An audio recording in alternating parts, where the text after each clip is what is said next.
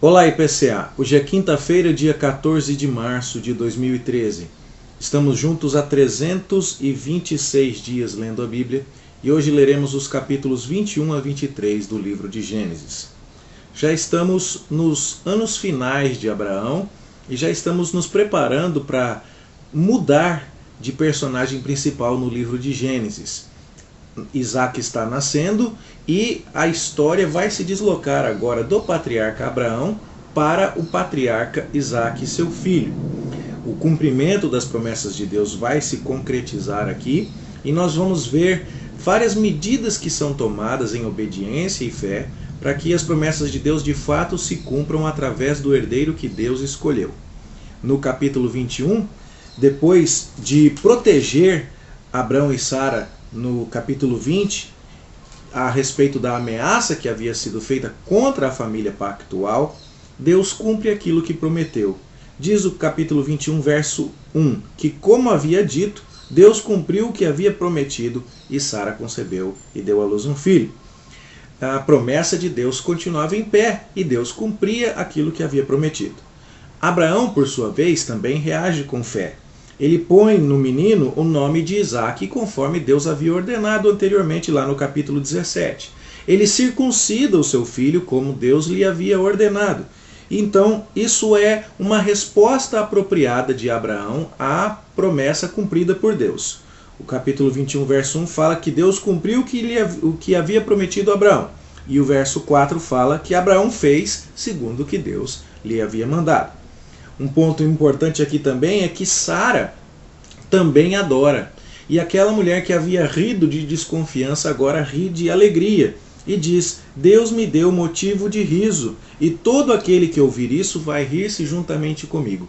Sara entende aqui que o seu filho prometido, o filho da promessa, é motivo de riso para ela, mas é também bênção para todos os outros povos que ouvirem que Deus está abençoando aquela família em particular. Sara ainda vai mais longe. Ela diz assim, quem teria dito a Abraão que Sara amamentaria um filho? Mas um filho aqui na nossa tradução não é o melhor. O original traz o plural, filhos. E com isso Sara estaria sugerindo, portanto, que ela seria a mãe de uma numerosa nação que viria através de Isaac. Sara também está se apropriando das promessas, portanto. E tudo isso manifesta, então, a fé que aquela mulher também exerceu no Senhor. Só que enquanto Sara se ri, porque nasceu-lhe um filho, enquanto outros que vissem a bênção de Deus sobre Abraão e Sara ririam também, porque Deus está cumprindo a sua promessa de formar para si um povo, há alguém que está rindo de um jeito errado. E esse alguém é Ismael. Nem mesmo chamado pelo nome no verso 9, Ismael aqui é caracterizado como o filho de Agar, a egípcia. O filho de Agar, a egípcia, é Ismael, que quando Isaac foi desmamado e Abraão deu um banquete, isso deve ter acontecido, portanto, por volta dos 3 anos de idade de Isaac. Ismael, portanto, deveria ter 16 anos de idade aproximadamente. Ismael caçoava de Isaac. E na língua hebraica, caçoar aqui significa rir com maldade. É a mesma ideia de rir. Então, ao invés de se alegrar com o cumprimento da promessa, da aliança pactual de um descendente abençoado, Ismael estava rindo com maldade, debochando e trazendo ameaça. Nesse contexto, portanto, Sara diz, esse menino não vai ser herdeiro junto com meu filho. Ele é filho de escrava, despede o filho da escrava. E Abraão, embora tenha experimentado pesar no seu coração, porque afinal de contas Ismael era um filho dele e por 13 anos foi o único filho que Abraão possuía, apesar disso, atendendo à ordem de Deus que lhe aparece, Abraão despede Sara, e despede Agar e despede Ismael. Eles saem, mas contam ainda com a proteção de Deus num episódio aqui do deserto, que você pode ler, e fica selado o destino de Ismael, que embora vá ser um pai de uma numerosa nação, não vai herdar a bênção da aliança, porque sua mãe o casa com uma mulher da terra do Egito. E então fica selado definitivamente o destino e a posição de Ismael ao lado daqueles que estão fora da bênção da aliança. Essas coisas todas acontecendo manifestam às pessoas que estão ao redor de Abraão o quanto Deus está com ele. E aquele homem que quase foi uma ameaça quase concretizou a sua ameaça à família da aliança no capítulo 20, o rei Abimeleque, agora vem até Abraão para dizer a ele no verso 22, Deus é com você em tudo que você faz. Era evidente isso, um homem com 100 anos de idade, tendo um filho na sua velhice, de uma mulher estéril, a quem já haviam cessado os costumes das mulheres, isso era uma obra extraordinária de Deus, e Abimeleque tinha que reconhecer isso. Então, ele que já havia despedido Abraão, depois de todo aquele susto que Deus lhe havia dado com a esterilização das mulheres do seu reino, agora procura Abraão para fazer um pacto de paz. E isso mostra a grande importância de Abraão naquele contexto. Era só um homem, mas estava sendo procurado por um rei que não queria encrenca com ele. Isso mostra, inclusive, que Abraão tinha moral, porque ele chega a repreender Abimeleque no verso 25 por causa de um poço. E o rei precisa dar uma resposta meio que evasiva, porque ele não quer arrumar encrenca com o patriarca. E nisso tudo, os leitores originais do livro de Gênesis estariam entendendo que o povo de Deus, em obediência fiel às promessas de Deus, sabendo que Deus vai cumprir as suas promessas, tem condições de não temer qualquer ameaça em relação aos povos cananitas. São os cananeus, os cananitas, que deveriam temer o povo de Deus. Ao invés de ter medo de guerrear contra o povo de Canaã, os israelitas deviam entender que eles é que deviam estar com medo. Lembra do que aconteceu lá em Jericó? É exatamente isso.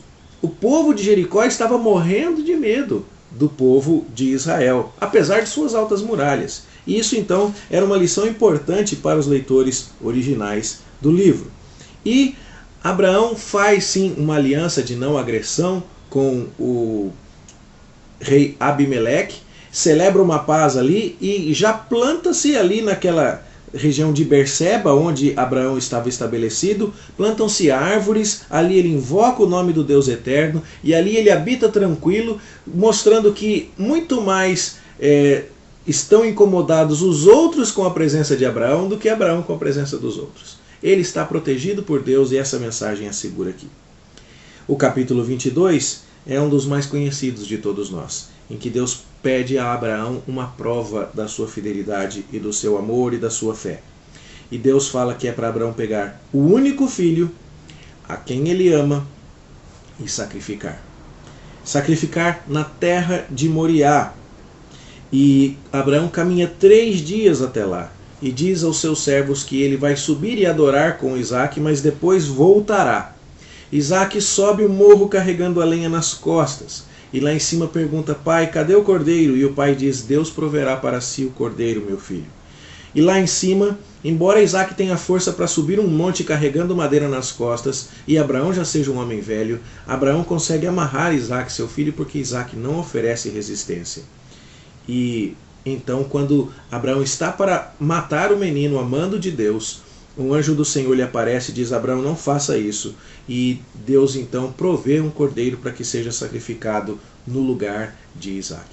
Tudo isso é muito claro para todos nós, que é um teste de fé, é algo que visa fortalecer a fé de Abraão e experimentá-lo para que ele seja fortalecido, mas é algo que sem dúvida alguma aponta para o Senhor Jesus Cristo.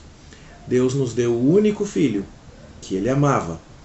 E 3 dias esteve o Senhor Jesus morto e sepultado. Do mesmo jeito que na cabeça de Abraão, enquanto se dirigia ao Monte Moriá, 3 dias de caminhada, Isaac já estava morto. Mas Jesus, como Isaac, subiu o morro carregando nas costas a lenha do seu sacrifício. Jesus carregando a cruz, Isaac carregando a lenha que o queimaria. E de fato, em Cristo, Deus proveu para si o cordeiro, aquele que morreu no lugar de cada um de nós, assim como aquele cordeiro morreu no lugar do Isaac. É fato, meus queridos, que já havia em Abraão uma esperança de ressurreição, porque Abraão disse no verso 5, nós vamos até lá e havendo adorado voltaremos. E Hebreus 11:19 diz que Abraão esperava que Deus era poderoso para recuperar o seu filho dos mortos. E é nessa cruz de Jesus que nós temos a esperança da ressurreição.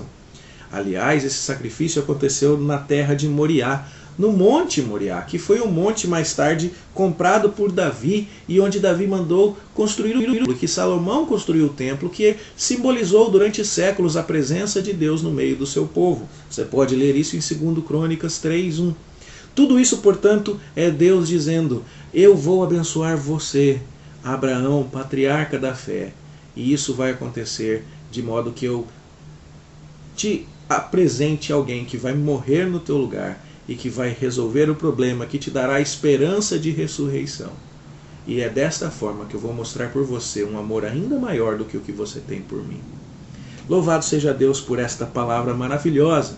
E então nós vemos que a resposta de Deus diante da aprovação de Abraão, no verso 16, é: eu jurei por mim mesmo que eu vou te abençoar. Não há nada maior do que Deus pelo que se possa jurar, e não existe juramento mais solene do que esse. E dentre os elementos do juramento de Deus está no verso 17: a tua descendência possuirá a cidade dos seus inimigos. Isso significa, portanto, que os hebreus, ao lerem isso, teriam a conclusão clara: nosso patriarca confiou em Deus e obedeceu a Deus até as últimas consequências. Nosso patriarca amou mais a Deus do que o seu próprio filho. E isso foi a base pela qual Deus lhe prometeu que lhe daria a cidade dos seus inimigos. Essa promessa era para nós, e para que isso se concretize na nossa vida, o que nós precisamos fazer é amar a Deus e obedecer a Deus e confiar nas suas promessas. Esse capítulo também é tremendamente encorajador para os leitores originais de Gênesis. O capítulo 22 termina com um relato aparentemente despretensioso dos sobrinhos de Abraão, que o irmão dele, Naor, agora tem filhos. E entre os filhos de Naor está a Rebeca, que vai ser a esposa do Isaac. Isaac está crescendo, ele já é um rapazinho aqui no capítulo 22. Ele tinha 3 anos quando desmamou no capítulo 21, mas aqui, não sabemos exatamente, mas já era um rapazinho capaz de carregar lenha morro acima. E agora está na hora de se pensar nisso. E esta pequena passagem inserida aqui no final do capítulo 22 começa a preparar o cenário disso. No capítulo 23, na sua parte inicial, Sara morre. E ela é a única mulher em toda a Bíblia cuja idade é mencionada, 127 anos, atestando a grande importância dessa mulher para a promessa relativa ao povo de Israel. E agora, Abraão quer sepultar a sua esposa naquela terra. E ele pede para as pessoas, para os filhos de Et, no meio de quem ele está, que lhe concedam, diz o verso 4, uma posse de sepultura. Abraão não quer simplesmente enterrar a sua mulher, mas ele quer, apropriando-se das promessas de Deus, que ele vai possuir a terra dos inimigos, e ele vai ter posse de toda aquela terra.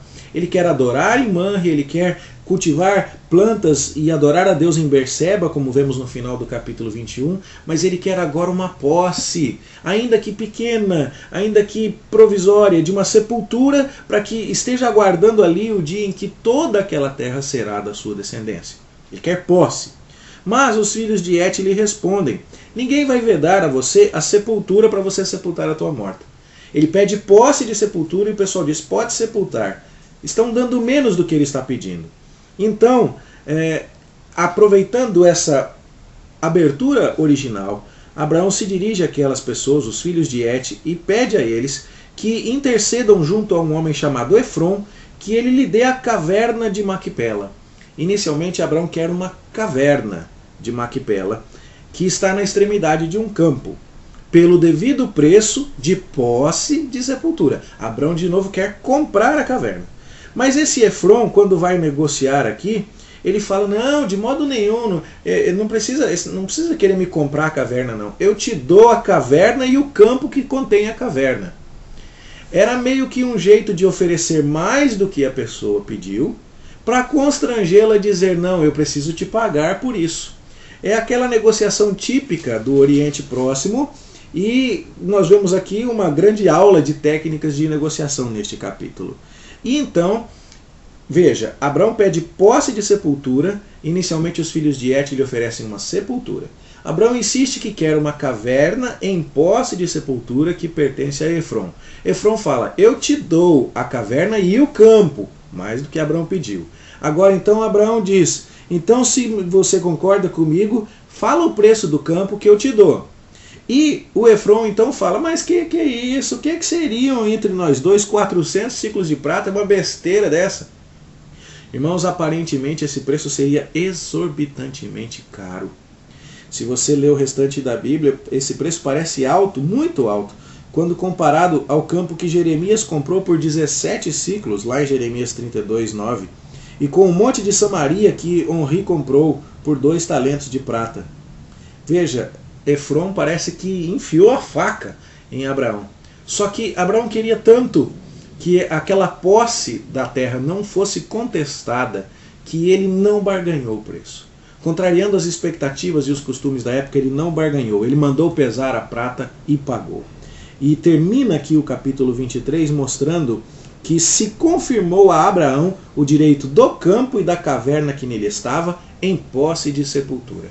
Abraão pagou mais do que valia, mas ele queria ter a posse de um lugar ali, porque simbolicamente ele já estava tomando posse da herança que Deus lhe prometia ao enterrar ali a sua mulher. E é maravilhoso notar que esse campo não foi escolhido aleatoriamente. Veja no verso 19 do capítulo 23. Depois sepultou Abraão a Sara, sua mulher, na caverna do campo de Maquipela, fronteiro a Manre. Ou seja, Manre, aquela região dos carvalhos, onde Abraão sempre voltava para adorar a Deus, onde ele estava quando recebeu a visita do Senhor.